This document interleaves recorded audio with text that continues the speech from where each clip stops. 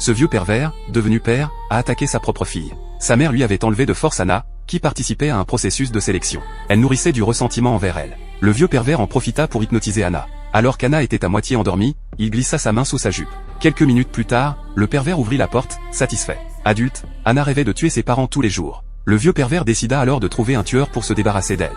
Ce jour-là, alors que le tueur Jacques s'occupait du sac, il le trouva en mouvement. Il l'ouvrit et vit une personne vivante à l'intérieur. Les yeux larmoyants de la fillette rendirent Jacques cruel. Elle pleura jusqu'à s'affaiblir. Il décida donc de la sauver. Jusqu'en 2025, Jacques sauva 4 enfants rapatriés. Grâce à son entraînement rigoureux, leurs compétences au combat étaient devenues très performantes. Mais Jacques limitait leur liberté de mouvement pour les protéger. Jusqu'à ce jour, la femme avait décidé de lui rendre son fils sans condition, simplement parce qu'il n'avait pas réussi le cours de mathématiques à Aucuy. Alors que Xiaoyu jouait dans la cour de récréation, elle fit semblant d'acheter un verre et fut kidnappée par Jacques. Pour se racheter, Jacques emmena Xiaoyu à la planque et lui fit écouter l'enregistrement. Cependant, Xiaoyu, 11 ans, ne croyait pas que sa mère ne voulait plus de lui. Il appela donc sa mère en descendant de voiture. En entendant la voix de Xiaoyu, la femme jeta immédiatement le téléphone par terre et se disputa avec son mari pour savoir pourquoi elle n'était pas morte. Après avoir entendu cela, Xiaoyu comprit enfin la cruauté de la situation et fondit en larmes.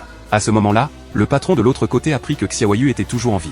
Il fit venir des gens à l'usine désaffectée pendant la nuit et engagea une violente fusillade avec Jacques. Dans cette course-poursuite effrénée, Jacques heurta accidentellement la glissière de sécurité. En apprenant la mort de Jacques, Anna ne put s'empêcher d'avoir envie de frapper Xiaoyu. À ce moment-là, un groupe d'hommes en noir sortit de la planque. Les 5 personnes furent immédiatement nerveuses. Voyant l'immobilité dans la maison depuis un long moment, les hommes en noir firent demi-tour et partirent. Tout le monde décida alors d'évacuer rapidement la planque. Alors que la jeune fille rangeait les affaires de Jacques, elle trouva les informations de naissance des 4 enfants. Le plus important était un enregistreur avec des documents abandonnés. La famille adoptive promit de restituer les biens. Parmi eux se trouvait l'enregistrement du père adoptif d'Anna. Pensant que leurs parents avaient des difficultés, ils furent contraints d'abandonner l'enfant. Il semblerait maintenant qu'ils soient pires que des trafiquants d'êtres humains. Ils décidèrent donc de retrouver leurs parents pour venger Jacques. Ils élaborèrent un plan d'enlèvement. Ils commencèrent par s'occuper du père pervers d'Anna. La jeune fille se fit passer pour le chauffeur désigné pour renvoyer le pervers chez lui. Après l'avoir renvoyé, elle retira délibérément son chapeau pour dévoiler sa belle chevelure. Cela faillit attirer l'attention du pervers. Il l'invita donc chez lui. À ce moment-là, elle prétendit délibérément avoir une sœur avec elle.